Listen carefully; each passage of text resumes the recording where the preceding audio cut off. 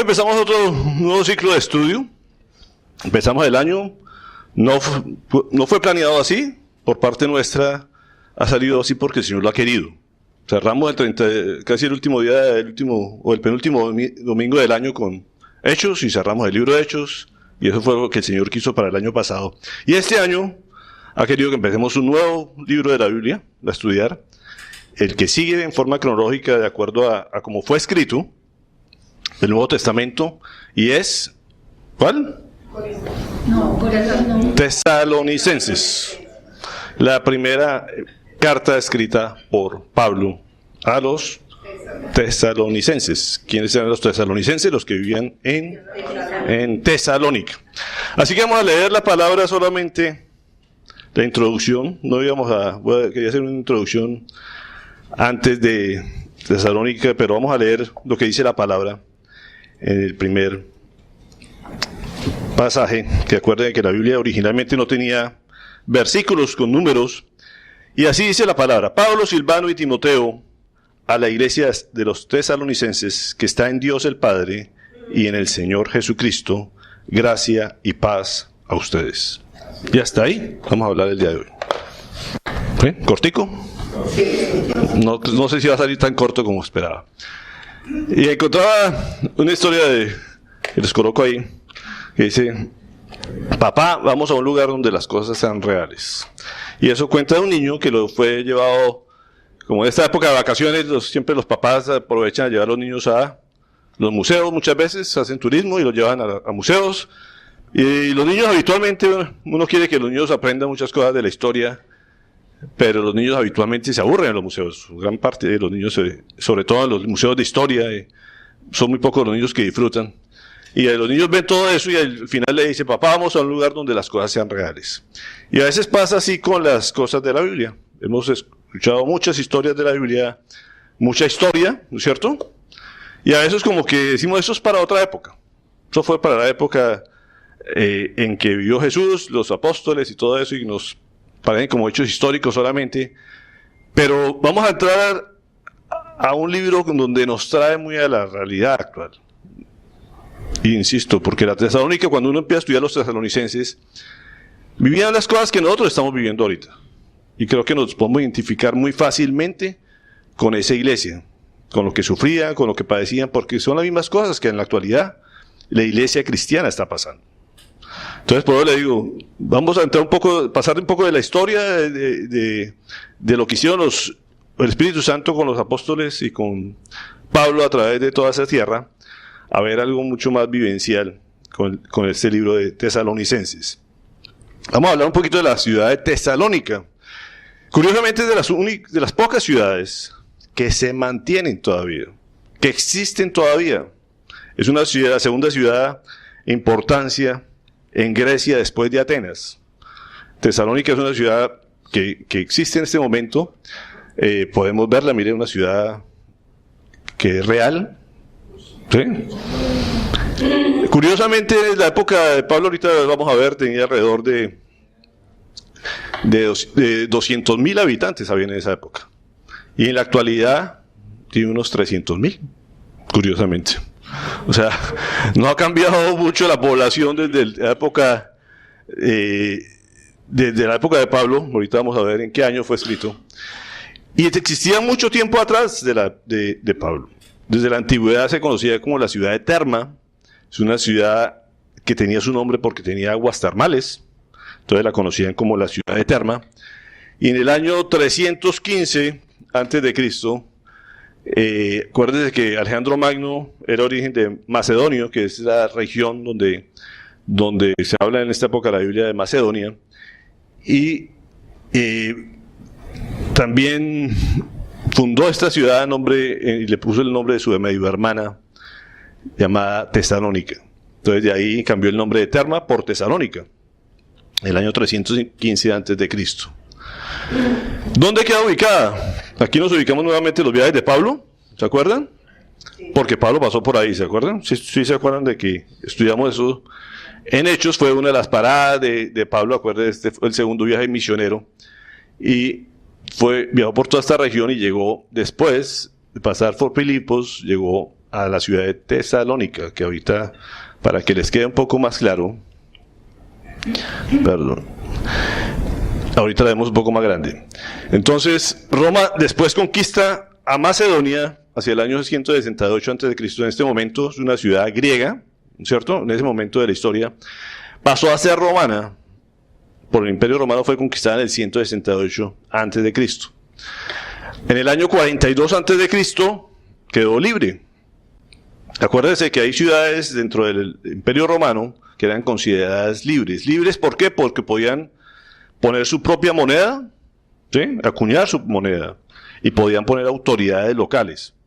Seguían bajo la protección, se puede decir, del Imperio Romano, pero tenían ciertas libertades, entre esos tener leyes, siempre y cuando no se metieran con el César a decir que iban a tener otro rey diferente al César.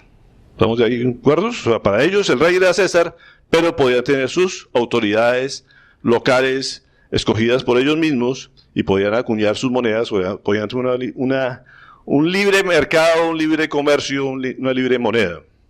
Entonces, como les decía, hacia el año 49, cuando Pablo visita 49 después de Cristo, tenía alrededor de 200,000 habitantes. Y era una ciudad que tenía estaba bajo la influencia de su cultura griega, pero bajo el dominio romano. Tenía todas las características de lo que era un pueblo gentil, pero también habían judíos en esta ciudad, que es donde Pablo llegaba a hacer sus primeras enseñanzas o discusiones de la palabra. Esto ahorita está trabado, este no quiere colaborar mucho hoy. Bueno, vamos a ver qué pasa. A ver si nos permite continuar.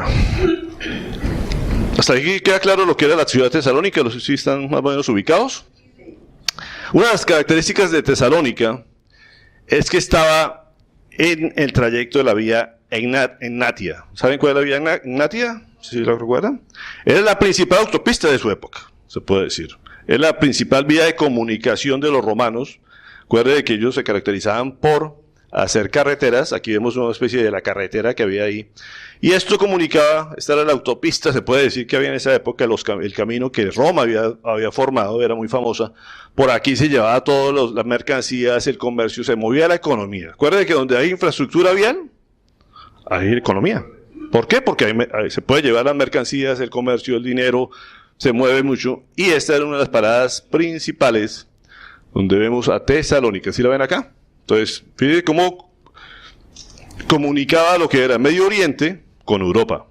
Pasaba por Asia, o sea, casi que comunicaba 3 continentes esta vía, y eso fue hecho por romanos, seguramente a través de muchos esclavos que tenían, fueron hechos estos caminos, y esta vía pasaba por Tesalónica. ¿Eso qué nos implica? Que era una ciudad comercialmente activa, económicamente fuerte, ¿sí? Estaba en un punto estratégico, y había mucho dinero, y el dinero habitualmente lo que trae es alejar a la gente de Dios. Y eso es lo que pasaba en una ciudad como Tesalónica.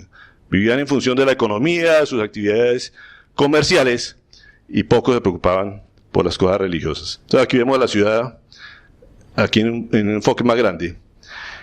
Aquí nos recuerda lo que hizo Pablo. Como digo, aquí fue expulsado de Filipos, estuvo en Tesalónica, y después de aquí fue expulsado y se fue hacia Atenas.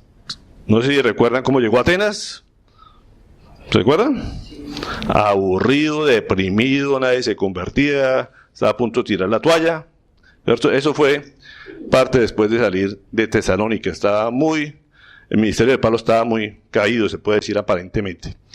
En el ámbito religioso, Tesalónica, por el origen griego que tenía, estaba acostumbrada a tener, como dice, un Dios para cada quien. Cada quien, hay algo para cada uno, decían los libros. O sea, si alguien necesitaba un Dios de la agricultura, tome su Dios de la agricultura. Si necesitaba dinero, Dios del dinero. Si necesitaba amor, diosa del amor, ¿no es cierto? Entonces, había muchos dioses, y como pasa a veces en la actualidad, aquí cada quien tiene su ídolo, de acuerdo a sus necesidades, ¿no es cierto? Y eso facilita, cuando llega el Evangelio, a crear mucho sincretismo. ¿Sincretismo qué quiere decir? se mezcle lo pagano con lo religioso. Había muchos profetas, muchos predicadores, charlatanes. O sea, como había tanta necesidad, no sé si se han dado cuenta, cuando el mundo está mucho comercio, muy materialista, la gente tiene hambre de Dios. ¿Pasa en la actualidad? Sí. Ahorita la gente cree en lo que sea. ¿O no? ¿Cierto? No es que aquí les ponen fe a lo que sea. O sea, si algo les prometen algo para de lo cual necesita, en eso creen. La gente necesita oír lo que quiere escuchar, a eso le pone atención. Entonces aquí se habla de prosperidad, porque eso es lo que la gente desea muchas veces, y las iglesias y los sitios se llenan. Y en esa época pasaba lo mismo, había charlatanes que prometían el cielo y las estrellas de acuerdo a lo que la gente quería escuchar. Entonces fíjense que empezamos a ver muchas cosas similares y se mezcla el sincretismo, o sea, cosas que venimos del área pagana y lo mezclan con religiosidad, con espiritualidad, y la gente cree y va para allá buscando la necesidad que cada quien tiene. Entonces seguimos de lo mismo, hay mucho sincretismo y hay un Dios para cada necesidad. Y estaba la unión de la iglesia y el Estado, o sea, la religión y el Estado era algo muy habitual, o sea, la gente podía profesar lo que fuera, siempre y cuando no fuera en contra del César. Cuando iban a decir que había otro Dios diferente a César, ahí sí el Estado decía, venga para acá. Eso no estamos de acuerdo, y los expulsaba, los arrestaba, pero todo el mundo prefería hacerse amigo del Estado y no molestar al César ni a los soldados romanos.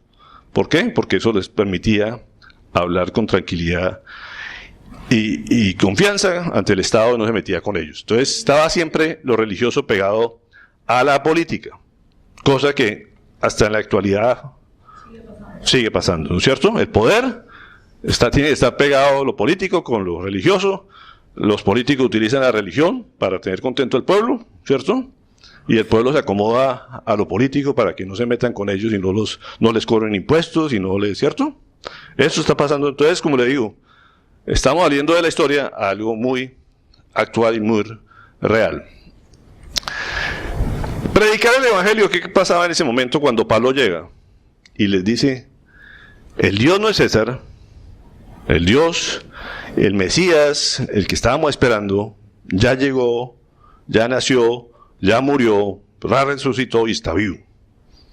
Ese es el verdadero Mesías, ese es el verdadero Dios. Entonces, empieza a hablar de un Jesús mesiánico, de un Jesús que era el Rey de Reyes y Señor de Señores. Eso es lo que empieza a predicar Pablo. Entonces, para que nos ubiquemos, ¿cuál fue la situación en que Pablo llega y cuál es el mensaje de Pablo? Entonces, él dice, mira, ese Jesús que nació en Belén, que murió y resucitó, ese es el Rey de Reyes. Está por encima de César y por encima de todos los dioses que ustedes se puedan imaginar. Amén, ¿cierto? Dice uno. Pero en ese momento la gente no decía amén. La mayoría no decía amén, sino que decía, pero un momentico, esto ya no nos gusta porque va en contra de lo que nosotros creemos y en contra de lo que los romanos quieren oír. Entonces la situación era fácil para Pablo, hablar algo en lo cual la gente no estaba dispuesta a escuchar. Sin embargo, eso fue lo que el Señor le dijo que fuera. Si se acuerdan antecedentes un poco antes de Pablo, Pablo no iba para allá. Pablo quería irse por la vía hacia Asia, ¿se acuerdan? Hacia el norte, que fue cuando hablamos que dijo el Señor, no vas para allá. Y el Espíritu lo mandó para Macedonia, porque había un hombre que necesitaba oír del Señor. Y le cambió la ruta completamente. De ir para Asia terminó en Europa. Le cambió completamente el destino, porque el Dios tenía un plan para los gentiles que somos nosotros, los descendientes de estas razas. Entonces, en este momento podría ser considerado traición a la patria, y eso es lo que Pablo tenía que enfrentar en ese momento. Vamos a leer Hechos 17, 1 al 9 para recordar este episodio cuando Pablo está en Tesalónica. Es importante que sepamos lo que Pablo hizo en Tesalónica y empecemos desde su primera visita cuando le aparece por primera vez esto en la palabra del Señor. ¿Ya lo tienen ahí en Hechos 17? Sí. Atravesando Anfípolis y Apolonia, Pablo y Silas llegaron a Tesalónica, donde había una sinagoga de los judíos. Como era su costumbre, Pablo entró en la sinagoga y 3 sábados seguidos discutió con ellos. Basándose en las Escrituras, les explicaba y demostraba que era necesario que el Mesías padeciera y resucitara. Les decía, este Jesús que les anuncio es el Mesías. Algunos de los judíos se convencieron y se unieron a Pablo y a Silas, como también lo hicieron un buen número de mujeres prominentes y muchos griegos que adoraban a Dios. Pero los judíos, llenos de envidia, reclutaron a unos maleantes callejeros con los que armaron una turba y empezaron a alborotar la ciudad. Asaltaron la casa de Jasón en busca de Pablo y Silas con el fin de procesarlos públicamente. Pero como no los encontraron, arrastraron a Jasón y a algunos otros hermanos ante las autoridades de la ciudad gritando, estos que han trastornado el mundo entero han venido también acá. Y Jasón los ha recibido en su casa. Todos ellos actúan en contra de los decretos del emperador, afirmando que hay otro rey, uno que se llama Jesús. Al oír esto, la multitud y las autoridades de la ciudad se alborotaron. Entonces, éstas exigieron fianza a Jasón y a los demás para dejarlos en libertad. Esa fue la historia de lo que pasó en Tesalónica. ¿Ustedes ven quiénes estaban ahí? En esta visita, Pablo, ¿con quién más? Y Silas. ¿Quién escribe esta carta cuando empezamos a ver Tesalónica? ¿Quién la escribió? Hay un remitente, hay 3 remitentes que escribieron este libro Tesalonicenses, esa carta. ¿Pablo? Acabamos de leerla, eso fue lo único que leímos. Y fue cortico para que no se perdieran. Saludos de Pablo, dice así. Ay, ¿esa qué versión es? Pablo, Silvano y Timoteo, dice. Eso es lo que dice la palabra de Dios. Pablo, Silvano y Timoteo. Silvano es la versión en latín del griego de Silas, es el mismo personaje. Silas y Silvano es el mismo personaje. Silas ya había estado con él, o Silvano había estado con Pablo allá, y aparte se le había unido el joven Timoteo. Y este es el momento cuando escribe la carta, que fue escrita desde Corinto, a la iglesia de Tesalónica están los 3. Por eso Pablo incluye la versión hablando de que los 3 están reunidos y les escriben ahí. Se supone que Silas era el que escribía, Timoteo fue el mensajero y Pablo fue el que Dios utilizó para que llevara la palabra. Entonces, por eso lo mencionan ahí. Y como dice, el mensaje de él era, Jesús es el Mesías. Ese es el Rey de Reyes, era el mensaje que... Y eso no les gustó, lógicamente, a los romanos. Los judíos, dice algunos, creyeron, ¿cierto? Como todo siempre decía Pablo, él llegaba a predicar primero a los judíos. ¿Por qué? Porque se supone que ellos conocían la palabra. Cuando alguien conoce la palabra, pues es muy fácil decirle, mire, aquí se cumple esto, ¿cierto? Aquí se cumple esta profecía. Y sin embargo, muchos no creyeron, como pasó con muchos judíos, pero algunos judíos, dice, creyeron, ¿no es cierto? Y después, ¿qué pasa? Se convencieron, algunos se hicieron un buen número de mujeres prominentes y muchos griegos que adoraban a Dios. Fíjense que las mujeres prominentes de la alta sociedad creyeron, nos dice la palabra. Y algunos griegos que no conocían nada, o que asistían de pronto a las sinagogas judías y aprendían algo de la palabra de Dios, de la Torá que en ese momento escuchaba, ¿sí? Eran simpatizantes, pero en ese momento dijeron, oiga, este hombre tiene razón, lo que él está diciendo fue lo que ya se cumplió. Y creyeron. Entonces fíjense que aquí empieza a crearse una iglesia que eran algunos judíos, pocos judíos, muchas mujeres prominentes y algunos griegos simpatizantes. Esa fue la iglesia naciente en esta ciudad donde Pablo, un par de años después, les predica el evangelio. Pero ¿qué cuenta la historia en este momento? Que eso les causó mucho malestar a la sociedad en ese momento. ¿Sí? Tenían unas costumbres paganas, mucho materialismo, mucha promiscuidad. De hecho, habían diosas dedicadas al sexo y sacerdotisas, dedicadas al sexo. O sea, utilizaban el sexo ¿para qué? Para atraer a mucha gente. Entonces, la promiscuidad era terrible en esta ciudad de Tesalónica. Y Pablo, ¿cuál es la función? De mostrarle el Mesías y empezar a resocializar a la gente, a cambiarle el sentido de lo que es una vida santa, cambiar esa vida mundana que tenían. Esa fue la labor de Pablo y por eso lo llevó Dios a este lugar. ¿Y qué sucede cuando pasa esto? La gente no le gustó el mensaje y dice, vamos, esta gente está hablando en contra del César. Ese era el delito grave, ¿cierto?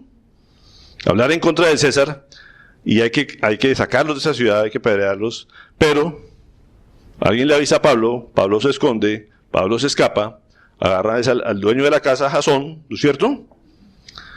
Y a ese es el que lo mete en preso, haciendo una turba, como en muchas partes pasa, de agarrar a los dos desocupados. Había mucha gente desocupada, porque había mucha prosperidad económica, pero había muchos vagos, como siempre pasa en las ciudades a veces prósperas, que se dedican a vivir del Estado, y que a esos que se prestan para las protestas, los alborotos, y eso fue lo que la gente hizo. Gritaron, este está hablando en contra de César, y la gente vaga, pues ¿qué hacía? Eso no les costaba nada, dejar lo que estaban dejando de hacer, se puede decir, para ponerse a atacar, a defender supuestamente al emperador, y atacar a Pablo. Y Pablo sale huyendo. ¿Cómo se sentiría una iglesia? Empezando, que si habla de Cristo, los atacan, los apedrean, los pueden meter presos o hasta la muerte. Y están 3 semanas Pablo. Apenas estuvo, dice que 3 sábados estuvo reunido ahí. No estuvo más de un mes en esta ciudad de Tesalónica. Les predica cosas fundamentales de la palabra de Dios. Y al mes, supuestamente lo persiguen y sale huyendo. Y se va. ¿Cómo se sentiría una iglesia? Precisamente está en pañales, está empezando en la luna de miel con el Señor, pero le toca afrontar la persecución del mundo, y su maestro, su pastor, en ese momento sale huyendo y se va. Por eso la preocupación de Pablo de escribir la primera carta a estas personas, ¿cierto? Se fue para Berea, ¿se acuerda de que era más tranquilo? Y allá Berea también lo fueron a perseguir los tesalonicenses cuando se enteraron que él estaba predicando. ¿Se acuerda de ese episodio? Que ahí enseguida, después del capítulo 17, seguía. O sea, Pablo se fue a Berea, supuestamente a estar más tranquilo, y allá también fueron los tesalonicenses a perseguirlo, a sacarlo. ¿Qué antecedentes podemos sacar aquí de este episodio? Vamos a mirar de lo que pasó en esta iglesia naciente. ¿Qué antecedentes podemos sacar acá? Primero, como digo, Dios utiliza las personas. Dios no mandó ángeles a predicarle a esta gente. Utilizó a Pablo y a Silas en este momento para llevar su palabra. Hasta la fecha Dios utiliza el mismo método. Dios aquí no va a mandar ángeles, ¿cierto? Manda personas como ustedes, como cada uno de nosotros. Dios utiliza a las personas, utiliza los instrumentos humanos a llevar su mensaje, igual que como lo hizo con los tesalonicenses. El poder es de Dios, el evangelio es poder para salvación. Fueron pocas las palabras, fueron pocas el tiempo que Pablo estuvo ahí, pero el mensaje fue poderoso. El evangelio es poderoso, transforma. ¿Sí o no? ¿Están de acuerdo? ¿Cuánto tiempo se necesita para que crezca una iglesia firme y floreciente? ¿Años? Porque si la gente dice, no, pues es que yo apenas soy... Yo escucho de personas que dicen, yo llevo 20 años en el evangelio, pero es que yo soy en pañales todavía. ¿O no? ¿Cuánto tiempo se necesita para quitarse los pañales? Esta gente tuvo 3 semanas y le tocó aprender todas las doctrinas fundamentales de la Biblia. Y fue una iglesia que se va a ver como la iglesia ejemplificante de la palabra de Dios. Fue un ejemplo, la palabra de Dios, fue un ejemplo como iglesia para el resto de iglesias. Por eso tenemos mucho que aprender, y yo doy gracias a Dios hoy porque nos pone a estudiar tesalonicenses, porque es un ejemplo para la iglesia que Dios quiere aquí en Cartagena. Yo me gozo ahorita leyendo mucho lo que ellos hacían. Digo, ojalá todos seamos como esa iglesia. Dios lo puso así, debe ser una iglesia ejemplo para las demás iglesias. Por eso la importancia de leer este libro. Entonces, el evangelio es poderoso. ¿Para qué? Para salvación de las personas. La gente se salvó en esa ciudad porque entendió el evangelio. entendió el mensaje que Pablo le llevó. Y por último, ¿qué? Satanás aún se opone al evangelio como lo hacía en esa época y sigue persiguiendo al pueblo de Dios. Entonces fíjense que la estrategia de Satanás sigue siendo las mismas también. Desde ese tiempo les decía, no le crean, ese no es cierto. De hecho, muchos judíos por su religiosidad y tradiciones siguieron pensando que Jesús no era el Mesías, a pesar de que la palabra lo decía. ¿Quién estaba detrás de eso? Satanás. Que no creyeran, que no tuvieran fe en eso. ¿Cierto? Entonces le decía, mire, este es un charlatán más. Aquí vienen charlatanes todos los tiempos, todos los años diciendo que tienen la verdad. Eso es lo que estaban acostumbrados la gente. Este es un charlatán más. Este no está diciendo la verdad. Es lo que la gente decía en ese momento. Va en contra de lo que ya está establecido y nosotros estamos bien. Estamos bien económicamente. Hacemos lo que se nos da la gana. Sexo libre. ¿Qué necesidad tenemos de ponernos a creer en esta gente? Y eso es la misma estrategia que sigue siendo Satanás. Y por último, al que no esté de acuerdo con eso, hay que perseguirlo, hay que callarlo, ¿cierto? Cueste lo que cueste. Y vamos a oponernos a toda costa a que se hable la verdad. Cada día estamos viviendo eso. Siempre se ha vivido a través de la historia. Pero dice que en los últimos días tendremos más persecución. Yo no sé ustedes ahorita qué tanto se desearon este 31 de diciembre. Todo el mundo se desea, feliz año, los abraza, ¿no es cierto? ¿Sí o no? Sí. Que el año próximo sea próspero económicamente, que el año próximo tengas trabajo, que el año próximo, no sé, una cantidad de deseos, ¿o no? ¿Fue lo que hicieron? Trabajo no, ese no quiere trabajo, ¿no? Para los vagos no. Pero mucho sexo, mucho no, o sea, sí, eso es lo que la gente desea. Eso sí, es lo que la gente desea y se desean unos a otros y bueno, cada quien busca lo que aparentemente le satisfaga a la otra persona y le desea eso. Yo estaba un poco fuera de sintonía, como de pronto estamos hoy en la mañana con esos saludos. Porque cuando uno ve la palabra, yo le decía, sería hipócrita decirle, oye, que el próximo año te vaya muy bien y que estés muy contento y feliz. Y la gente va a decir, este aguafiesta ya se tiró yo le decía, y con los empleados le decía eso. Yo no creo que el próximo año va a ser mejor, o sea, este 2019. No tengo confianza que va a ser mejor para la humanidad, ni para el mundo, ni para Colombia, ni para Cartagena. Pero aún así podemos tener contentamiento. Eso es otra cosa. Eso es otra cosa y lo que hay que desear a la gente. ¿Sí? Y yo le digo a la gente, ojalá que el próximo año tu fe esté fortalecida. Porque las circunstancias seguramente van a ser peores. Yo no le puedo decir, oye, qué chévere que Colombia la vaya bien, va a tener economía buena. Yo no creo. Y de pronto ojalá que no, porque si eso nos hace desviar de la palabra de Dios, poner la confianza en Dios, mejor que seamos pobres. ¿Me explico? Y la gente dice, no, pero prosperidad económica, oye, pues sí. La gente desea muchas cosas de prosperidad, de gozo, de felicidad pasajera. Pero lo que nos dice la palabra es que en los últimos tiempos las cosas se van a poner peores. Más persecución, más inmoralidad, más ausencia de Dios en muchas cosas, ¿no es cierto?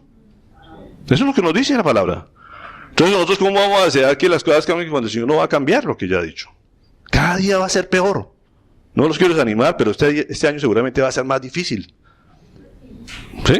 Solo mirar las cosas positivamente. O sea, uno dice, no, sí, veamos las cosas positivamente, pero no podemos porque si la realidad es otra. No podemos engañar a la gente. Lo que hay que decir y orar es porque seamos fortalecidos, que en ese medio de las dificultades no dudemos de nuestro Dios.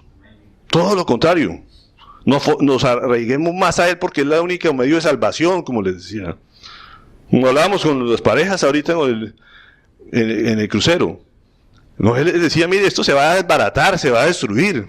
Súbanse del arca porque es lo único que los va a salvar. Debería ser el mensaje de nosotros. Esto va a estar grave. Cada día va a haber más problemas. Cada día va a haber más ausencia de Dios en las personas. Pero súbanse a la barca que por lo menos aquí va a haber salvación. así todo lo demás se acabe, la iglesia va a ser el medio de salvación que Dios ha establecido para que la gente esté un día con Él en su reino. Esa es la realidad, ¿o no? Sí. Entonces, no es que quiera hacer aguafiestas, quiero ser realista con eso, y es lo que el Señor les hablaba a estos pueblos. O sea, cada día va a haber más persecución, y la preocupación de Pablo, como la tenía yo, es, tengo que animarlos en medio de esa situación porque tienen muchas dudas. ¿Cuál es el propósito de la carta de Tesalonicenses a la iglesia tesalónica? Pablo los amaba. Fue un pueblo que él amó. ¿A pesar de qué? De que lo sacaron perseguido. De que lo sacaron, salió huyendo y a escondidas porque lo iban a matar. Pero veía algo especial en ese pueblo. Un pueblo que era fiel, los pocos convertidos, y los amaba y se preocupaba por ellos. Por tanto se preocupaba que fue a los primeros que les escribió. Después de pasar un periodo de depresión, se puede decir, en Atenas, llega a Corinto, y las primeras noticias que lo llegan a animarlo fue de Timoteo y Silas diciéndole, mire, usted está preocupado por esa iglesia está bien cimentada, está creyendo, sigue siendo fiel. Y en ese momento nos cuenta la historia de Pablo, vuelve a cobrar ánimo. Se emocionó muchísimo de saber que lo que él había sembrado allí estaba creciendo y se estaba fortaleciendo.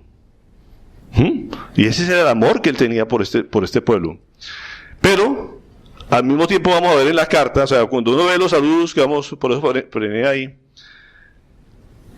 ve los saludos del amor que les tiene, de cómo oraba por ellos, pero al mismo tiempo vamos a ver que él defiende su honra, diciéndole, mire, ustedes seguramente les van a decir que yo soy un charlatán más. Es decir, yo no soy un charlatán. Yo soy un enviado de Dios que le está hablando la palabra de Dios. Y la palabra de Dios es verdadera. Eso es lo que vamos a ver en este pasaje, los pasajes de Tesalonicenses, defendiendo él su honra. Y después los anima. ¿Sí? Perdón. Los anima. O sea, en medio de las dificultades, lo normal es que uno ande desanimado. Y él les dice, mire, sigan confiando en Dios. Hay que fortalecer la fe. Hay que acrecentar en la fe. Anímense. Gócense de lo que está pasando. No los veo muy interesados.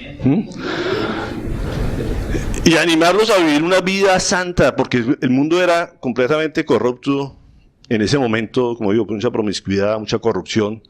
Y lo que vamos a ver en estas cartas es diciéndole a la gente, anímense a estar fieles al Señor, anímense a vivir una vida santa lejos de lo que la gente hace, diferente. O sea, ustedes tienen que ser anormales, yo insisto en eso. Ustedes no pueden ser como el resto. La gente tiene que verlos como anormal. Eso es resocializar la gente.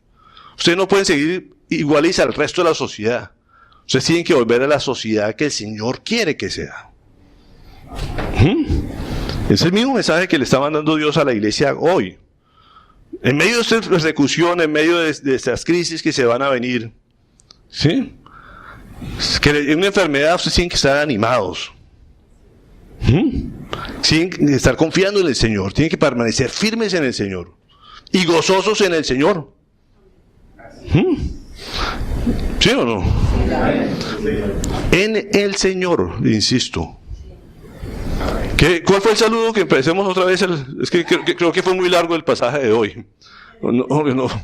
Volvamos a leer el pasaje inicial, a ver si todos lo leen. ¿Cómo fue el saludo? Pablo, Silvano y Timoteo, repitamos. ¿Quién más?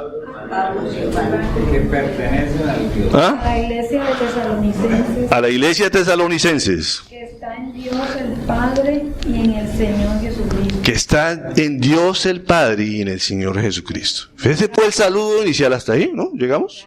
Gracia y paz a todos ustedes. Este fue el mensaje, el saludo inicial. ¿Sí?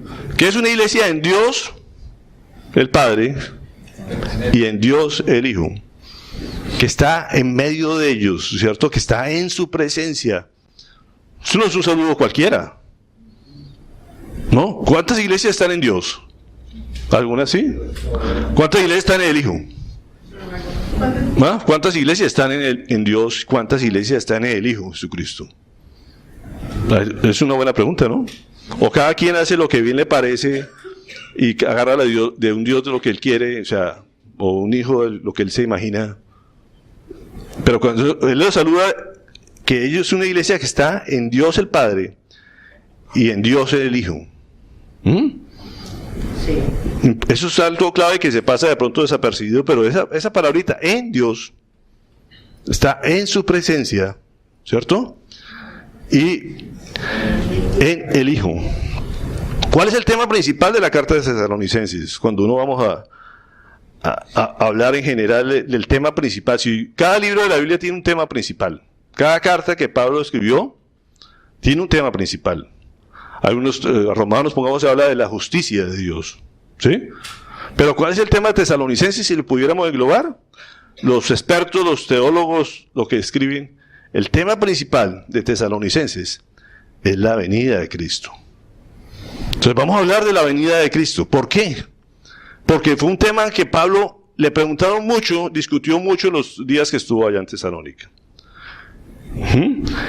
Pablo le explicaba, le decía, mire, ustedes solamente hay un rey de reyes, un señor de señores que fue Jesucristo. Ese Jesucristo nació, como digo, creció en Belén, predicó durante 3 años y medio, hizo su ministerio en Israel, lo crucificaron, resucitó, pero ascendió a los cielos y va a volver. ¿Sí? Entonces les dice, esa es la esperanza que ustedes tienen. Ustedes ahorita tienen persecución, van a tener crisis, van a tener problemas, pero el Señor Jesucristo va a volver y va a establecer su verdadero reino. Este reino para aquí es pasajero. ¿Sí?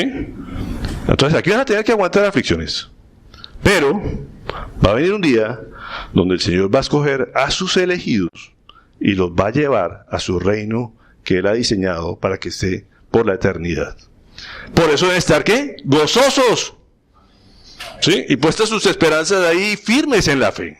Porque el que dude en el camino, se pierde. Se queda. El que no crea hasta el final, se pierde. Entonces el mensaje principal de Tesalonicenses, aparte de decirles los amo, ¿cierto? Sigan firmes, dejen la promiscuidad, dejen los deseos carnales, dejen tanta cosa. Estén gozosos y aliéntense y tengan la esperanza puesta de que Jesucristo va a volver. Ese es el mensaje que Pablo les quiere decir a la iglesia de Tesalónica y se la está diciendo Dios a la iglesia de hoy.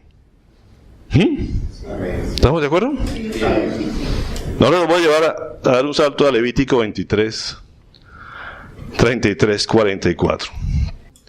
El Señor le ordenó a Moisés que les dijera a los israelitas: el día 15 del mes séptimo comienza la fiesta de las enramadas en honor al Señor, la cual durará 7 días. El primer día se celebrará una fiesta solemne en honor al Señor. Ese día no harán ningún trabajo. Eso también le gustó. Por aquí. Durante 7 días le presentarán al Señor ofrendas por fuego. Al 8º día celebrarán una fiesta solemne en honor al Señor. Y volverán a presentarle ofrendas por fuego en una fiesta solemne. Ese día no harán ningún trabajo. Estas son las fiestas que el Señor ha establecido y las que ustedes habrán de convocar como fiestas solemnes en su honor. Para ofrendas por fuego, holocaustos, ofrendas de cereal y sacrificios, y ofrendas de libación, tal como está escrito para cada día. Todas estas fiestas son adicionales a los sábados del Señor y a los tributos y ofrendas votivas o voluntarias que ustedes le presenten. A partir del día 15 del mes séptimo, luego de que hayan recogido los frutos de la tierra, celebrarán durante 7 días la fiesta del Señor. El primer día y el 8º serán de descanso especial. El primer día tomarán frutos de los mejores árboles, ramas de palmera, de árboles frondosos y de sauces de los arroyos, y durante 7 días se regocijarán en presencia del Señor su Dios. Cada año durante 7 días celebrarán esta fiesta en honor al Señor. La celebrarán en el mes séptimo. Este será un estatuto perpetuo para las generaciones venideras. ¿Quiénes son las generaciones venideras? Todas, ¿no? Este será un estatuto perpetuo.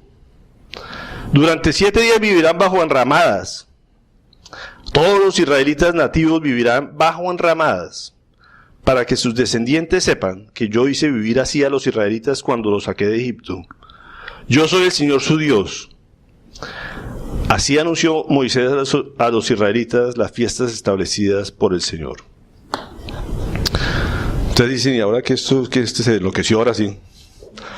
¿De dónde metió ese brinco? ¿Por qué metió ese brinco? Nos mandó de Tesalonicenses, nos mandó a Levítico. Yo vengo hace días con yo me vive mostrando muchas cosas que me tienen muy inquieto. Y he estado orando mucho, de verdad, que nos muestre su voluntad. Antes de Navidad yo estaba mirando unos temas que quería tratar, dije, por si nos da tiempo de hablar de algo de la Navidad, de esta época, y el Señor de todos nos iba como frenando a que no, que teníamos que hablar, seguir hablando de hechos, y terminó el año y no hablamos nada de la Navidad ni nada de esas cosas. Pero entre las cosas que empecé a estudiar algo de hechos en internet, y de pronto me encuentro con un video de una persona que yo conocí hace muchos años como fundador de muchas iglesias aquí en Colombia, dedicado a las Sociedades Bíblicas Unidas, traductor de la Biblia, un pastor muy reconocido por muchos años. Cuando encuentro Rabino, el nombre de este pastor, ¿cómo así que Rabino? No pueden haber dos personas con el mismo nombre y ahora es Rabino. Entré a verlo y efectivamente ahora es Rabino. Y así como él, he venido encontrando mucha gente que ha vuelto a las raíces judías. Pastores reconocidos, estudiosos de la palabra, que han cambiado otra vez de hacer las reuniones el domingo por el sábado. Y así muchas cosas de la usanza judía. Y yo digo, oye, ¿por qué está pasando esto? Y hablaba precisamente del tema de la Navidad. Decía, es que precisamente Jesús no nació en ningún pesebre. Eso es completamente falso. Todo el mundo, ay, ¿cómo así que falso es el pesebre? Pues tan lindo el pesebre. No era posible que una familia judía tuviera un parto en medio de animales. Eso iba en contra de la higiene y todo lo que los judíos enseñaban, ¿no es cierto? Y entonces me llamó la atención grandemente y dije, oye, pues sí, eso tiene razón. Hay muchas cosas que hacemos por tradición y que decimos, no encontraron posada, y entonces como no había posada se fueron a buscar un establo y allá se quedaron y allá nacieron, porque humildemente, eso es lo que la tradición católica nos dice, ¿no? Para mostrarse la humildad de Cristo, de Rey de Reyes, naciendo en medio de un establo, de un pesebre. Y nos comimos el cuento, ¿o no? Sí. Creo que la mayoría nos aceptamos eso como verdad, ¿no? ¿Ah? ¿Cómo? Yo me lo comí hasta hace 2 minutos. ¿Hasta hace 2 minutos? Hasta todavía lo cree. Bueno, eso es lo que habitualmente pasa, y nos creemos las cosas. Y hacemos las cosas por una tradición sin saber por qué. Y cuando yo oía la explicación decía, pues tiene todo mucho más sentido lo que él está explicando que lo que la tradición nos dice. Tiene un fundamento bíblico y una razón de ser. Y eso me llevó a esta palabra. Y no nos hemos salido del tema, les garantizo eso. No hemos salido del tema. Hay unas fiestas de otoño que el pueblo judío practica, ¿sí?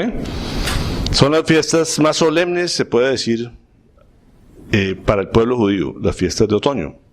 ¿Cuándo es otoño? A mediados, entre septiembre y octubre, son los meses donde ese hemisferio norte, ¿no es cierto?, tiene el otoño. ¿El otoño qué es? Una época donde no hay lluvias, ¿no es cierto?, donde donde se puede decir las cosechas terminan las cosechas, se seca todo, ¿no es cierto?, y hay se prepara para un nuevo renacer en el invierno cuando llegan las lluvias, ¿no es cierto? Muchas fiestas de la Biblia todas tienen un significado muy profundo, que el Señor nos dice, hágalo para que las generaciones, ¿qué?, venideras, y van a ser perpetuas. ¿Por qué no las celebramos nosotros? Yo me preguntaba. ¿Por qué la iglesia cristiana dejó de celebrar las fiestas que el Señor manda como estatuto perpetuo? Y celebramos otras que no tenemos ni idea por qué las celebramos. ¿Quién inventó la Navidad? La Iglesia romana, porque le dio la gana de celebrar el Día del Sol. ¿Sí? Y entonces, todos el solsticio de invierno, que es el 21 de diciembre, que como hablábamos el día de que nos reunimos en casa, decías, eso es lo que el mundo celebra. ¿No es cierto? Y todos lo aceptamos. Y la Navidad, entonces, ya Jesús nació en Navidad, en diciembre, cuando en esa época no habían pastores porque las ovejas estaban guardadas, ¿no es cierto? O sea, hay nieve en Jerusalén, hay nieve en Israel, por los que no lo sabían. Entonces no era forma de que las ovejas andaran en el campo. Y hay muchas cosas que no coinciden para nada con la palabra, que la gente cambió el nacimiento de Jesús para diciembre. Y lo que este pastor, ahora rabino, decía, Jesucristo nació, fue en la fiesta, para la fiesta del Sukkot. Es lo que hablaba, que es la cosecha tardía y donde se celebra la acción de gracias. Ellos celebraban la última cosecha, ¿no es cierto? Podían haber 2 cosechas al año habitualmente en esa región, y hablaban siempre de la cosecha tardía, que se celebraba en esta época de otoño. En este otoño habitualmente hay 3 fiestas. Pero la fiesta solemne y más sagrada que hay, la fiesta del Sukkot. Es la última fiesta del año. ¿Sí? Y era la fiesta más importante hasta la fecha de ahí salió la acción de gracias. Es una fiesta donde la gente da gracias por lo que pasó en la cosecha, por lo que recibió la cosecha. Entonces la gente no solamente está recordando lo que decía ahí la palabra, cómo el Señor estuvo con ellos durante el desierto. ¿Sí? Donde estuvo esclavizado, Dios lo sacó a través, ¿cierto? Abrió el mar, todas las cosas, entró, pero no entró a la tierra prometida, sino entró al desierto. Y durante ese tiempo estuvo Dios con ellos, estuvo en medio de su pueblo. Son épocas de desierto, donde todavía no vemos la tierra prometida, pero que Dios estaba con ellos. Y yo les decía, ustedes se van a recordar cada año, a través de una enramada, para recordar que arriba, porque las ramadas son así, ahorita vamos a ver imágenes, a ver si le unas bien aquí, no. Sí, vamos a evitar en ramadas. Esa ramada se llama Sukkah. Enramadas es eso, ahorita vemos ramas, una habitación en ramas. Y a través de esas ramas ustedes van a ver el cielo y van a ver las nubes y van a recordar que en una nube Dios los protegió durante todo el paso del desierto. ¿Sí? Esa es la recordancia, el sentido que Dios les puso para que todos los años recordaran que Él estuvo en medio de su pueblo. En el tabernáculo, ¿se acuerdan del tabernáculo? ¿Sí? Y estuvo en medio de su pueblo, está en ellos. ¿Me explico? Y ahí empiezan a ver un poquito de relación con lo que venimos leyendo. ¿Sí? La iglesia estaba en Cristo. ¿Sí o no? El pueblo de Israel estaba en la presencia del Señor, porque el Señor estaba ahí también. ¿Sí? ¿Me explico? Sí. ¿Hasta ahí quedamos claros? Entonces, ellos habitaban, el Señor habitaba en medio de su pueblo. Era su habitación. Y ellos les decían, todos los años ustedes van a recordar que el Señor estuvo con ustedes. Y por eso tienen que estar alegres, ¿cierto? Recordando eso y con acción de gracias por lo que el Señor les proveyó en medio del desierto. Entonces, ahora, a través de la cosecha, Dios les provee, ¿no es cierto?, los alimentos para que, para que en el tiempo de sequía tengan cómo mantenerse. Pero siempre presente que el Señor está con ustedes, está en medio de ustedes. Eso lo tienen que tener presentes todo el pueblo. Por eso decía, nadie puede faltar a esa fiesta. Esa era una de las 3 fiestas donde la gente tenía que hacer peregrinaciones para ir a Israel. Era obligatorio, y ahorita vamos a ver. ¿Sí? No era cualquier fiesta, no era una fiesta cualquiera. Como decía, aparte de reunirse de la fiesta del sábado, del Shabbat, que es una fiesta, debe ser una fiesta, como debe ser nuestras reuniones también. Debemos estar contentos de estar acá. Gozarnos porque estamos estudiando la palabra del Señor. Entonces decía, el Shabbat debe ser una fiesta, ¿sí? Y así se debe tomar. Es que uno cuando venga a reunir al Señor debe serse feliz, debemos estar en fiesta gozándonos de, estamos en la presencia del Señor. Pero decía, esta fiesta debe ser adicional y debe ser muy especial. Recordar que el Señor estaba en medio de su pueblo y vivió en una sucá. Entonces la gente, para la fiesta, para la época de septiembre, noviembre, para esta fiesta hacía la sucá. Era una enramada. En septiembre y octubre, perdón. Donde está terminando el otoño. Ahí termina el otoño. Esta fiesta se celebra el 15 de ese mes y ahorita vamos a ver.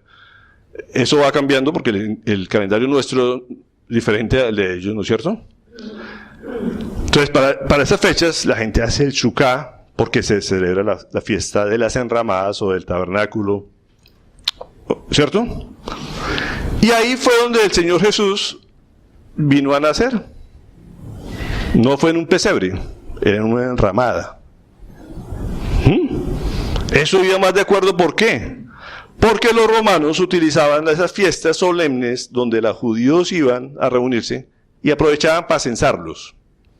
Entonces, como los tenían todos reunidos en Jerusalén, les decía, venga para acá, a ver, quiero saber cuántos judíos hay, dónde vienen, y así los mantenía controlados. A eso iba José y María a Jerusalén, ¿sí? Iban hacia allá para censarse. Y coincidía con la fiesta del Sukkot y se quedaban en una sukkah, porque estaba todo lleno de esta fiesta hasta la fecha. Ir en septiembre o octubre a Jerusalén está lleno de turistas. ¿Por qué? Porque los judíos de todo el mundo van a esta fiesta. Entonces, conseguir hotel en esa época no es fácil en Jerusalén, hasta el día de hoy. Ya estuve averiguando por curiosidad. ¿Sí? Pero tú fue en Jerusalén y no en Belén. No, ellos nacen en Belén, pero digo, a la región de esto, se acuerda que venían de todo el mundo, pero la profecía decía que iban a ser en Belén. Ellos llegaron, en ese momento estaban en Belén, y en toda esta región hacían el Sukkah, ¿sí? Y eran las habitaciones que en ese momento se hacían. Hasta la fecha se hacen al lado de las casas de un judío, en el patio, hacen su enramada, ¿sí? Y en esta enramada hacen las comidas, hacen las celebraciones, y se quedan a dormir ahí adentro. Es como hacer una casa de campaña en el patio de la casa. Es una actividad que se hace en familia, con los niños, con todos, lo involucran, hacen comida especial. Ahorita no vamos a entrar en detalle de eso. Pero era recordar el acompañamiento de Dios en medio de su pueblo, que Dios descendió y estuvo con ellos en su pueblo. Y por eso la importancia de lo que estoy hablando cuando hablo en el Señor, el Dios Padre y Dios Hijo. ¿Estamos de ahí? ¿Hasta ahí vamos claros? Ahí está una sukkah, la foto de una sukkah, con más estructura que otra, pero para que tengan idea de lo que era eso, dejaba ver las cosas del cielo, dejaba ver las nubes. Lo importante, más que la estructura de los laterales, es el techo, que debe ser con ramas de la región y que permiten el paso de la luz y del sol para que vean las nubes y recuerden, en medio de que se acuesten ahí, ven las nubes, es un tiempo de dedicar para recordar que el Señor los acompañaba en las nubes en el día y con las estrellas en la noche, ¿sí? Eso es lo que el Señor les decía que iban a hacer, y hasta la fecha el pueblo judío lo hace. Eso es lo que cambiaron por el medio del pesebre lleno de animales y vacas, cuando eso no era así. Entonces, digo, interesante aprender un poco la verdad del Señor. Allá se hace esta actividad que yo no sirvo para el hebreo, pero se le conoce como el tiempo de nuestro regocijo. La fiesta más alegre que tienen todos los judíos es esta semana. Se le conoce como el tiempo de regocijo. ¿Qué le está diciendo Pablo a los tesalonicenses: regocíjense, lo que hablaba, conténtense, ¿cierto? Gócense, recordando lo que el Señor les prometió a ustedes, lo que hizo por ustedes y lo que les prometió algún día, de que algún día vamos a estar en su reino, ¿no es cierto? Pero que en esta vida vamos a tener aflicciones, vamos a seguir en medio del desierto, ¿sí? La gente quiere que en medio del desierto aparezca un oasis y que estemos en el oasis y todo lo demás sea desierto. No, vamos a estar en el desierto. Pero la presencia del Señor está con nosotros y ese es nuestro oasis. ¿Me explico? Pero la tierra prometida, donde no va a haber problemas, no va a haber problemas económicos ni de salud ni nada, va a ser la tierra prometida, que es el reino del Señor algún día. Pero les dice aquí, esta semana es un tiempo de regocijo. Dicen los judíos: el que no ha estado en una fiesta de Sukkot no conoce lo que es el gozo. Dicen ellos. O sea, es el tiempo donde toda la ciudad, donde todo el pueblo de Israel está gozoso, 8 días de gozo. Eso no se compara a ningún carnaval de Barranquilla ni nada de esa vaina. ¿Sí? Es otro tipo de gozo y la gente está emocionada recordando. ¿Por qué? ¿A quién no le da gozo tener la presencia del Señor en su vida? ¿Me explico? ¿Sí? ¿Quién no se goza con eso? Juan 1:14, vamos a mirar. Juan 1:14. Miren lo que el Señor nos trae aquí hoy. Hoy me debo alargar porque ayer no había nada de esto en la prédica, les confieso. Estoy emocionado porque esta mañana empezó el Señor a mostrarme, a hablarme y salió todo esto. Así. No miento, ¿verdad que no había nada? Y empezaron a aparecer las ideas en la cabeza y fue saliendo todo esto y por eso me gozo hoy, porque que es de Él. En el principio ya existía el Verbo y el Verbo estaba con Dios. ¿Quién es el Verbo? Y el Verbo era Dios. ¿Pero quién se refiere a Jesús? Jesús era Dios. Él estaba con Dios en el principio. Por medio de Él todas las cosas fueron creadas. Sin Él nada de lo creado llegó a existir. En Él estaba la vida. Y la vida era la luz de la humanidad. Esta luz resplandece en las tinieblas y las tinieblas no han podido distinguirla. ¿Se ha cumplido esto? Total, ¿no es cierto?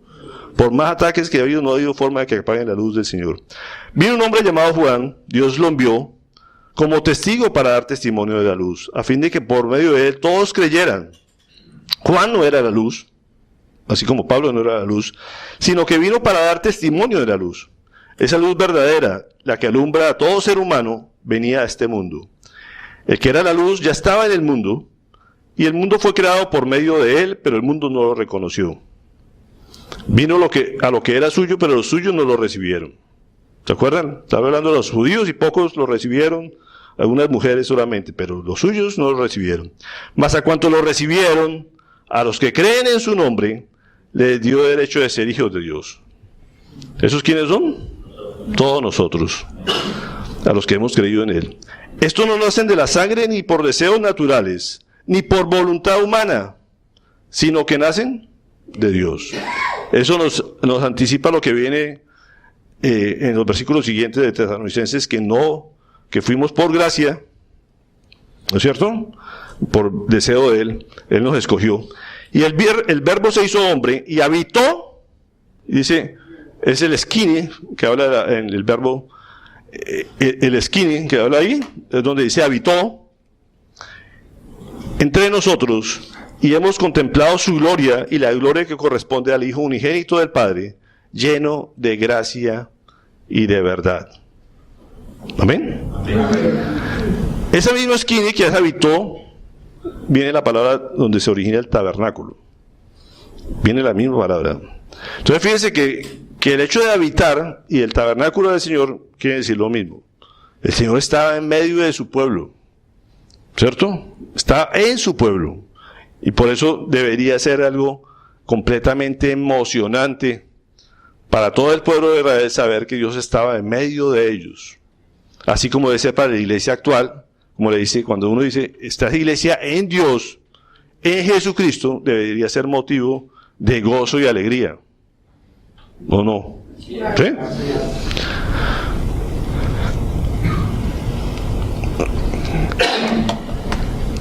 Entonces, como le decía, el Sukkot, la fiesta de Sukkot es la acción de gracias por los frutos del año, pero también es la acción de gracias en fe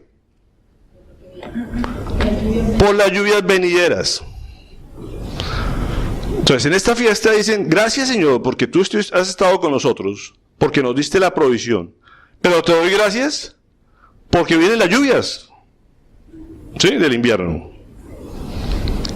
Y son las fiestas que uno debería hacer, que como lo digo, lo han cambiado por la fiesta de fin de año.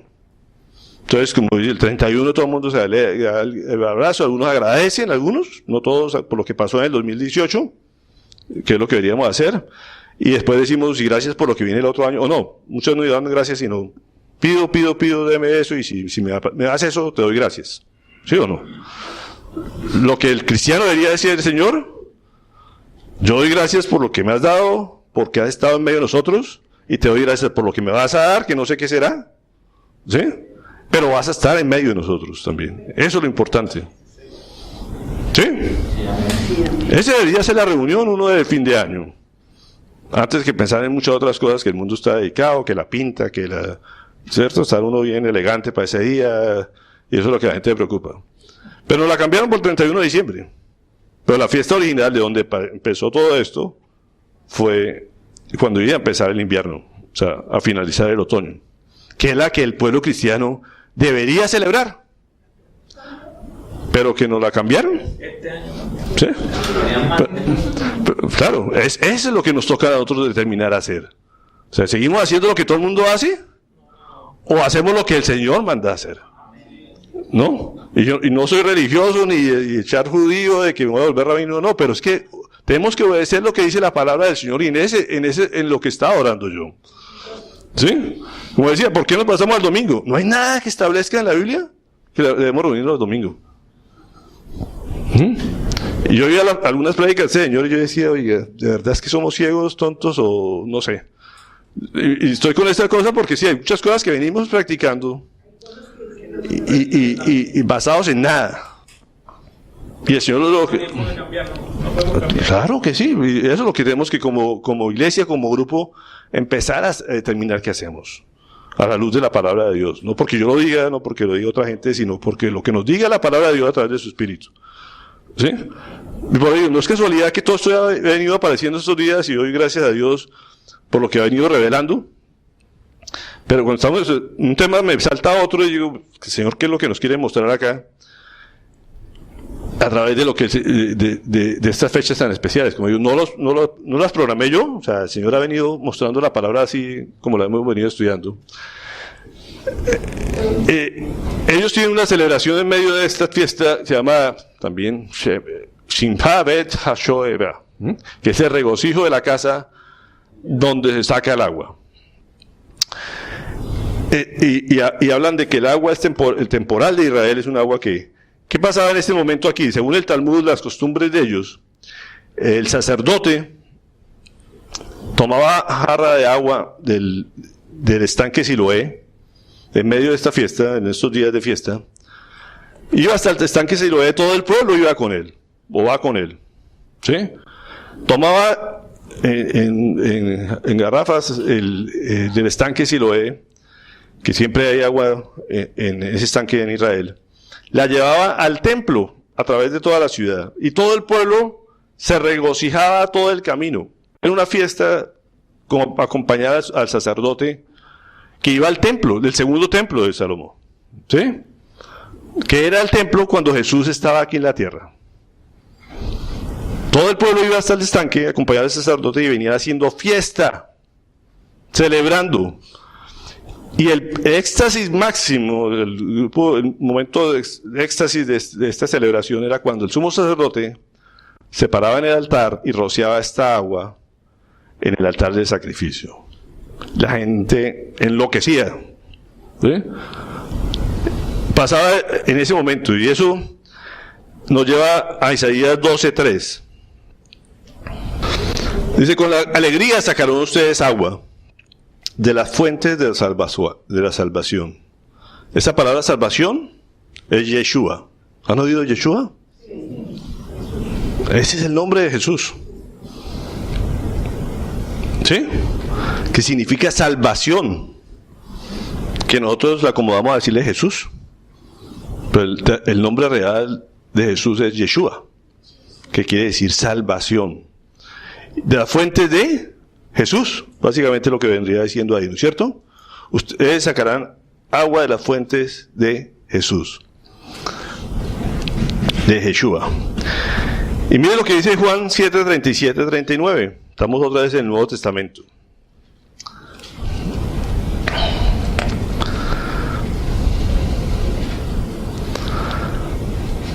Un pasaje que a veces pasa desapercibido, pero es muy trascendente.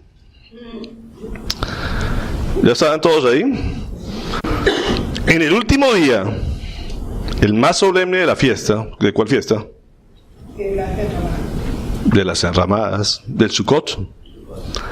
Jesús se puso de pie y exclamó: si alguno tiene sed, que venga a mí y beba. De aquel que cree en mí, como dice la Escritura, brotarán ríos de agua viva. ¿Ustedes pueden imaginar la escena? Voy a hacer una pausa ahí. Está el sumo sacerdote, todo el mundo está en la expectativa del sumo sacerdote traer el agua al altar. Todo el mundo se viene celebrando. Y el sumo sacerdote debe llevar el agua y echarla en el altar. Y se para Jesús y le dice: yo soy el agua. ¿Atrevido Jesús? Sí. ¿Ah?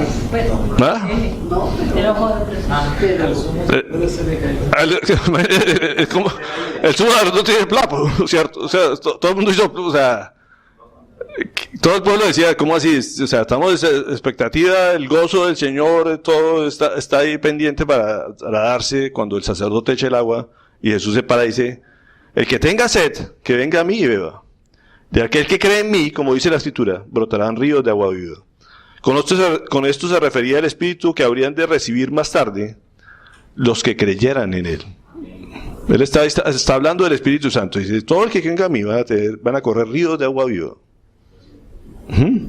Hasta ese momento el Espíritu no había sido dado, porque Jesús no había sido glorificado todavía. Recuerde que el Espíritu Santo no había sido dado para que viviera entre nosotros, porque Jesús estaba presente. Digo, cuando yo me vaya, va a venir eso, y van a correr ríos de agua viva entre ustedes, porque el Espíritu del Señor va a estar en ustedes. Ustedes van a ser el templo, ya no va a haber un tabernáculo, sino ustedes van a ser el tabernáculo de Dios. Y por eso deben estar gozosos. ¿Amén? Ahí sí nadie... ¿No? Es un motivo de alegría, de gozo. Al oír sus palabras, mire lo que pasa en el 40. Algunos entre la multitud decían: verdaderamente este es el profeta. Otros afirmaban: ese es el Cristo. Pero otros objetaban: ¿cómo puede el Cristo venir de Galilea? Mire los razonamientos. ¿Acaso no dice la Escritura que el Cristo vendrá de descendencia de David y de Belén, el pueblo donde era David? Pues él era de allá. Y a pesar de eso no lo conocían. Por causa de Jesús la gente estaba dividida. Algunos querían arrestarlo, pero nadie le puso las manos encima. ¿De qué nos recuerda también? Lo mismo que le pasó a Pablo. Pablo está predicándoles y la gente lo que hizo fue dividirse. Unos creían, otros no creían, unos cuantos, unas mujeres sí, otras no. ¿No es cierto? Siempre ha pasado eso a través de la historia. La gente mire, ustedes pueden hablar de Dios y ponerse de acuerdo con la gente porque cada quien tiene su Dios. Pero cuando habla de Jesús, solamente hay un Jesús. Y ese Jesús, o la gente le cree o no le cree. Y eso genera división. Y provoca rechazo y provoca persecución. Eso es lo que provoca Jesús. Dios, todo el mundo tiene Dios y dice: sí, yo tengo mi Dios y creo en Dios. ¿No es cierto? Pero cuando hablamos de Jesús es otra cosa. Entonces, como dicen, estamos en un mundo donde todo el mundo tiene un Dios, cree en un Dios y uno habla de Dios y pues sí, claro, Dios, la energía, el espíritu, todas las cosas, y la gente como que se pone en sintonía y estamos de acuerdo y no hay conflicto. Pero cuando se habla de Jesús, es a otro precio. Y eso fue lo que le pasó a Jesús cuando estuvo aquí, y le pasaba también a Pablo, y nos pasa también a la iglesia. Entonces, la fiesta de Sukkot, nos recuerda la provisión de Dios, como digo, lo que el Señor nos ha dado.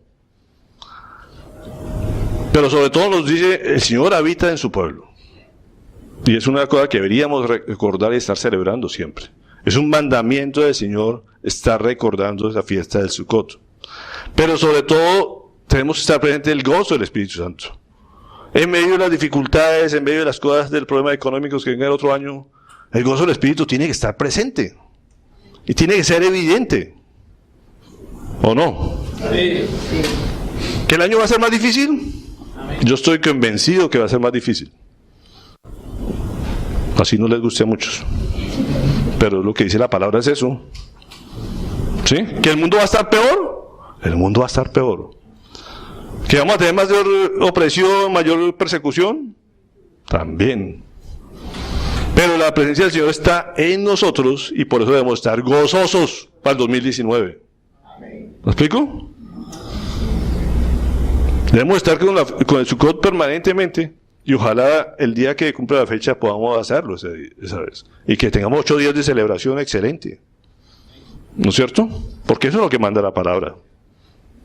Pero a la fiesta del Sukkot le falta una parte que no se ha cumplido. Cuando va a ser la fiesta plena, la vamos a encontrar en el versículo siguiente que está en Apocalipsis 21, 1 al 3. Después vi un cielo nuevo y una tierra nueva, porque el primer cielo y la primera tierra habían dejado de existir, lo mismo que el mar. Vi además la ciudad santa, la nueva Jerusalén, que bajaba del cielo, procedente de Dios, preparada como una novia hermosamente vestida para su prometido. Oí una potente voz que provenía del trono y decía, aquí, entre los seres humanos, está la morada de Dios. ¿Sí? Va a ser Sukkot permanente. ¿Ven esa parte? Él acampará en medio de ellos, y ellos serán su pueblo. Dios mismo estará con ellos y será su Dios. ¿No le emociona ese día? Ya no solamente va a estar el Espíritu Santo, ya no solamente va a estar el Hijo, va a estar el Dios Padre en toda su plenitud y esplendor en medio de su pueblo. Eso es lo que Dios nos promete en Apocalipsis 21, 1, 3. Él va a ser, vamos a ser su pueblo, Él estará con nosotros y será nuestro Dios. Ahí no va a haber nada de mal año, de mala cosecha, de mala... Tenemos todas las cosas cubiertas, solucionadas. Ese es el cumplimiento máximo del Sukkot. ¿Estamos de acuerdo? Sí. Por eso decía, esa es la parte que hace falta. Estuvo con el pueblo de Israel en la tierra prometida, he estado con los gentiles a través del Espíritu Santo, pero algún día vamos a estar con toda la Trinidad expuesta en ese momento, con su presencia al máximo. Y ahora os vuelvo a mandar a Zacarías 14, 16, 17.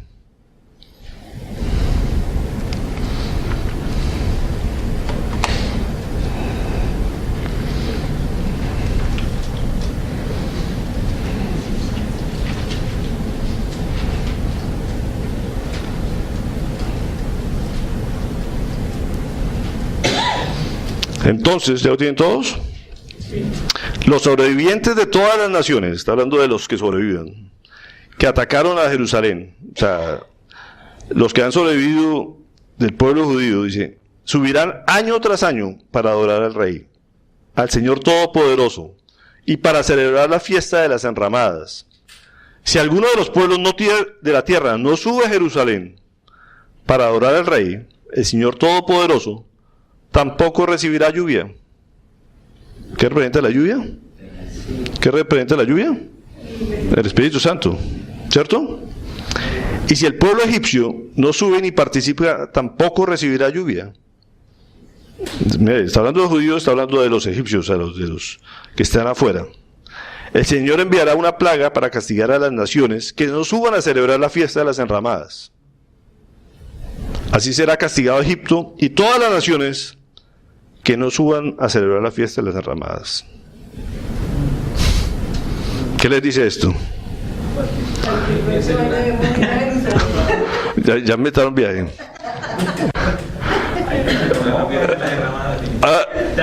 Lo piensa uno, o sea, uno dice, oiga, esto está en la palabra. ¿Por qué la iglesia no celebra esta fiesta de las enramadas? ¿Ah? Me pregunto yo me hago esa pregunta. ¿Por qué la iglesia dejó de celebrar esta fiesta de las derramadas cuando la palabra ahí es tan clara? No todo el mundo puede ir a Jerusalén, el mundo actual. ¿Qué pasó? Cambiamos las cosas. Supuestamente, cuando se unió la iglesia y el Estado, o empezó a entrar el mundo pagano, dijeron, para que no les impacte mucho estas cosas, unamos las fiestas de ellos con las iglesias nuestras, con las tradiciones, con las cosas nuestras, y hacemos una mezcla, hacemos un sincretismo. ¿Qué pasa en la iglesia de Tesalónica? Ese sincretismo, ¿cierto? La gente se acomodó, lo religioso con lo pagano, y es lo que pasa en el momento que Pablo le está hablando a Tesalónica. ¿Qué ha pasado en el mundo actual? Lo mismo.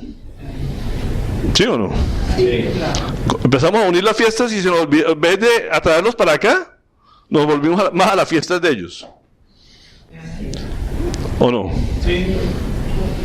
Entonces, que el solsticio de invierno, no, Navidad, el natalicio del Señor, ¿y qué tiene que ver uno con lo otro? ¿Qué tiene que ver la derramada? O sea, Jesús cuando estaba ahí en Jerusalén, cuando yo soy el agua, estaba en su cumpleaños. Ese día era el día del nacimiento de él.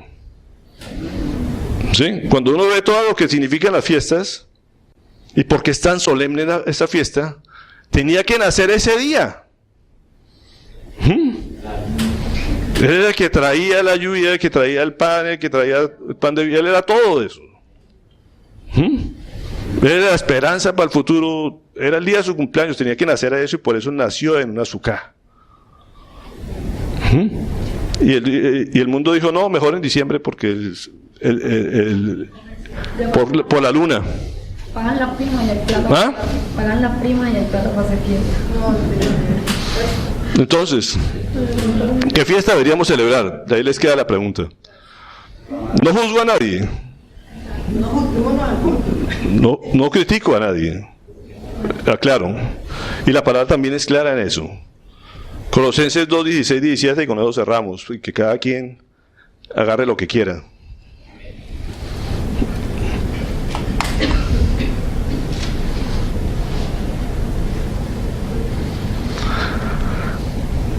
Así que nadie los juzgue. ¿Ya lo tienen ahí? Quiero que lo tengan ahí. A ustedes por lo que comen o beban, o con respecto a días de fiesta religiosa, de luna nueva o de reposo.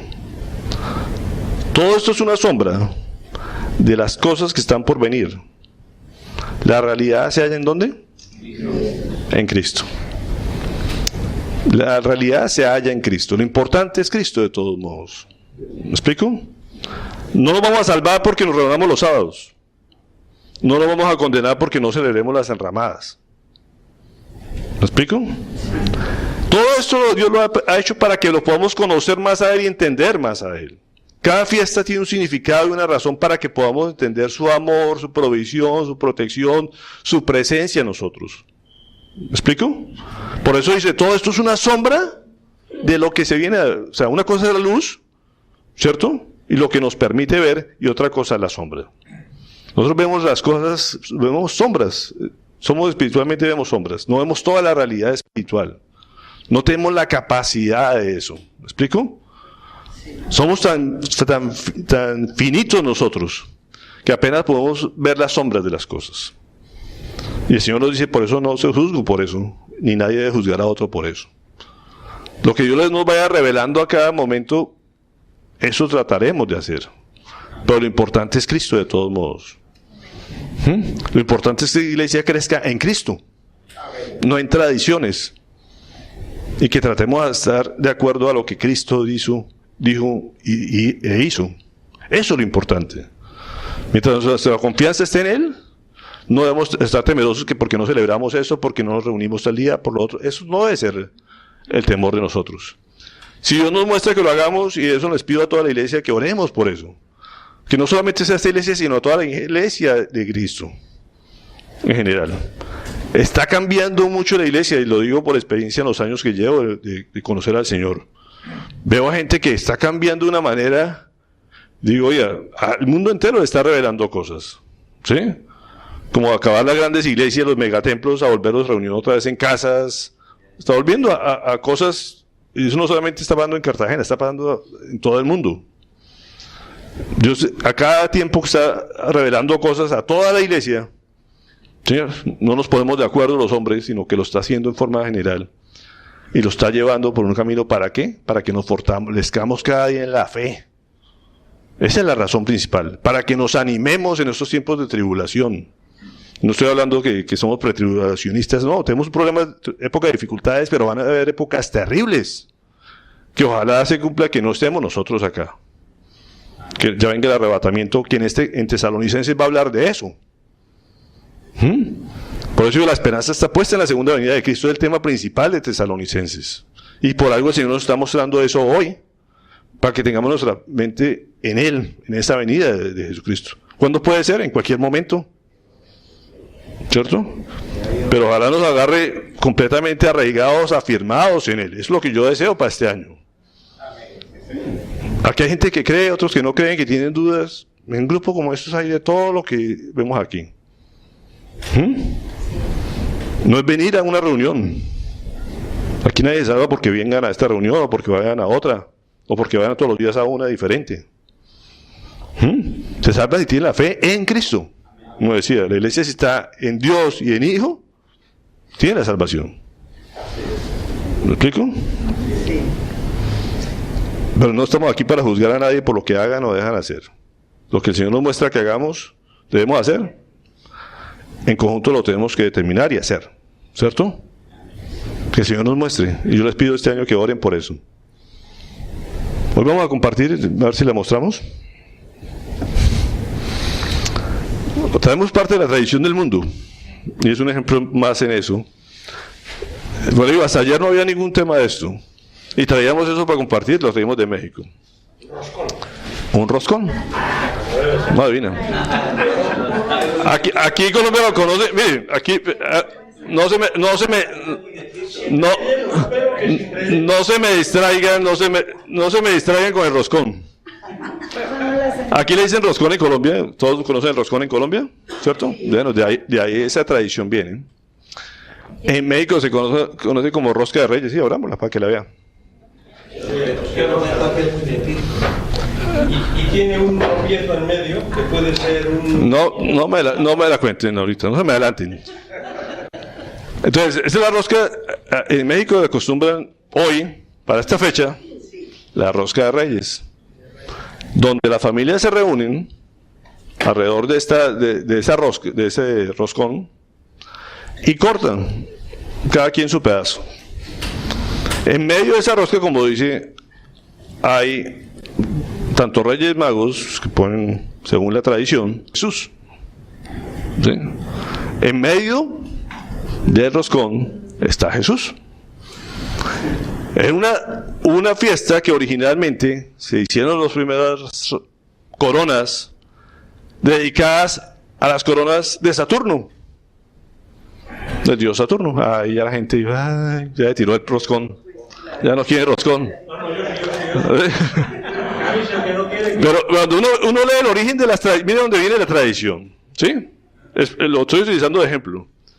Mire dónde empezó de los dioses de Saturno. Era una Saturnalia que se conocía. Y la gente se reunía a adorar al dios Saturno a través de las coronas. De las mezclas con la religión, empezaron a utilizarlo. No solamente que eran las coronas, después pasó a ser la corona de los reyes en relación a Saturno, pero dijeron vamos a hacer una corona del rey de reyes, que era Jesús. Entonces lo mezclaron con la Navidad y empezaron a poner a Jesús en la rosca. ¿Sí? Y que encontrara, el que tocara a Jesús en la rosca, se supone que tenía un año de bendición y eso, y entonces por los favores recibidos se volvía generoso y él se invitaba a comer al resto de la gente. Entonces, en México todavía la costumbre lo han hecho es que el que le toque el muñequito tiene que invitar tamales de allá en los 8 días siguientes. ¿Ah? O en febrero pero bueno, se cumplía a los 40 días, mejor dicho, cuando se acabara la cuarentena. Eso es más o menos lo que ejemplificaba. Entonces, fíjense que cómo se han mezclado las tradiciones tanto del mundo como las cosas religiosas. ¿Cuál es el papel de uno? Uno tiene que aprovechar las cosas, de todos modos no es que no vamos a comer roscón, como dicen, sino al contrario, aprovechar las cosas tradiciones, ¿para qué? Para hablar de Cristo y que en medio de esa tradición esté Cristo adentro. ¿Me explico? No vamos a atacar la Navidad o el Año Nuevo, sino al contrario, tenemos que aprovechar estas celebridades, como digo, estas celebraciones del mundo, para hablar de Cristo y no que nos vengan a hablar de otras cosas diferentes. Lo que está haciendo Pablo es de animar a la gente, no condenar a la gente, sino decirle, mire, este es el Mesías, este es el Rey de Reyes, a ese es el que adora, a ese es el que hay que adorar, ¿no es cierto? Hay que dejar las cosas del mundo, hay que quitar las tradiciones mundanas, hay que adorar a ese Rey de Reyes porque en ese tenemos la esperanza de la salvación. Y todas estas cosas hay que aprovecharlas para eso. Sí, no decir, no, es que eso es Saturno y entonces no vamos a comer roscón. Bueno, el que no quiera, no quiera. O sea, no come roscón. Pero lo que debemos aprovechar es, como digo, a buscar a Jesús allá adentro y decir, oiga, me gozo si me toca a mí es Jesús, porque va a estar conmigo. No por el muñeco, pero el sentido es que debemos estar gozosos porque Cristo está en nosotros. ¿Sí?